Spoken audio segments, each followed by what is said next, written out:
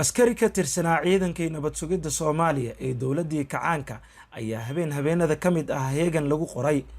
xabsi ay maxaabiis badani ku jireen baa mas'uul looga dhigay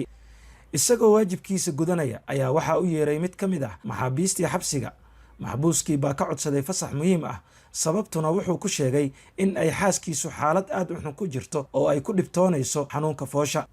maxbuusku wuxuu ogolaa in lagu daro askar ilaala ah oo hubeysan hadhowna la soo celiyo isagoo jeebeysan laakiin askarigii heeganka ku qornaa ayaa qaatay go'aan kaas ka duwan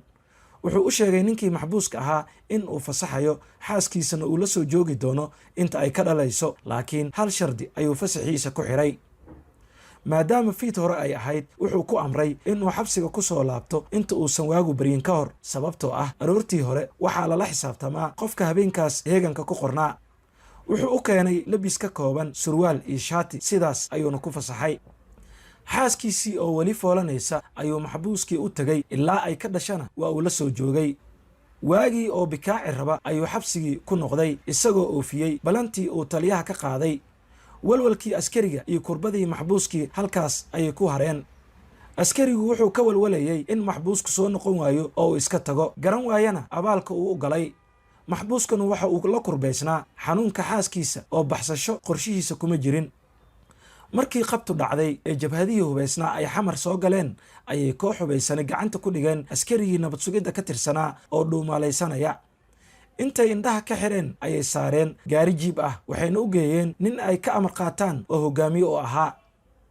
markii ay u geeyeen ayay indhaha ka fureen ninkii baa aqoonsaday ninkii ay ciidankiisu soo qabteen wuxuuna weydiiyey sababta ay u soo qabteen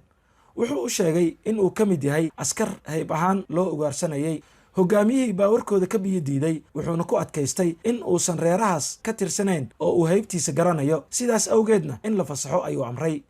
askarigii la yiri hala fasaxo ayaa shakiyey oo wuxuu is yiri markii ay ku fasaxaan ayay dhabarka ka toogan doonaan waana dhaqan markaas xamar ka jiray waxaa dheereyd in dadka qaar markii la fasaxo lagu shiishbarto sharadna lagu galo halka ay xabadda ugu dhacayso iyo dhinaca uu u dhici doono marka ay xabaddu haleesho wuxuu yiri niman yahow anigoo sii jeeda intaad i toogan lahaydeen halkayga anoo jooga i toogta hogaamiyihii kooxda ayaa hadalka qaatay ninkan abaal weyn ayuu ugu leeyahay ee gurigiisa si nabad ah ha lagu geeyo magantayda ayuu ku jiraaye askarigii oo hadalkaas la yaaban ayaa isku dayey in uu soo xasuusto abaalka uu horay u galay ee la sheegayo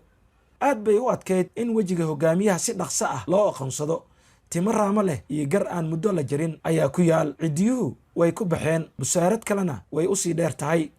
waa nin aysan u muuqan labis iyo xarago kale oo qaad hor yaala mar ballaan ka soo qabsanaya sigaarna baf ka siinaya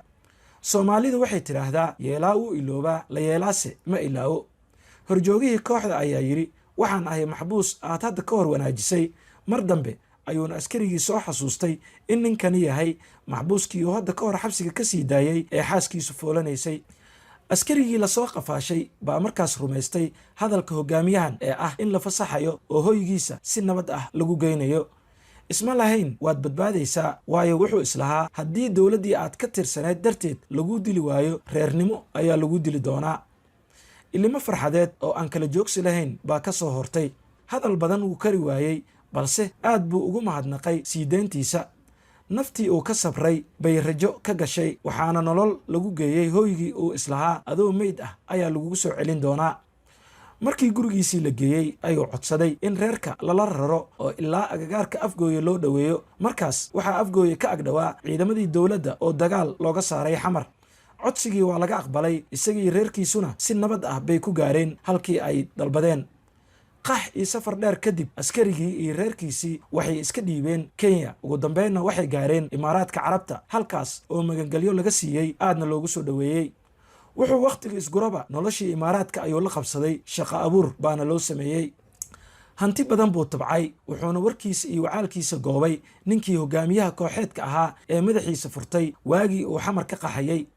isku dayo badan baa u suuroobi waayey waxaase mar dambe loo sheegay in uu geeriyooday intaas uguma harine reerkii uu ka tagay buubaadi goobay way isheleen oo waa lala xiriiriyey hantidu way dhammaataaye intii uu awoodi karayey ayuu ku taageeray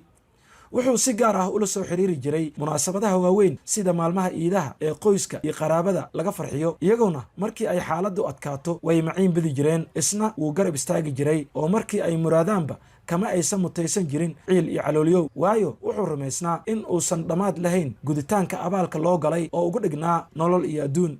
abaal nin galaa badan, nin gudaasa yar. fadlan walaal, adigoo mahadsan, sheer dheh oo la wadaag asxaabtaada si ay u daawadaan muuqaalkan. sheekadan waxaa qoray oo qalinka u qaatay Ibraahim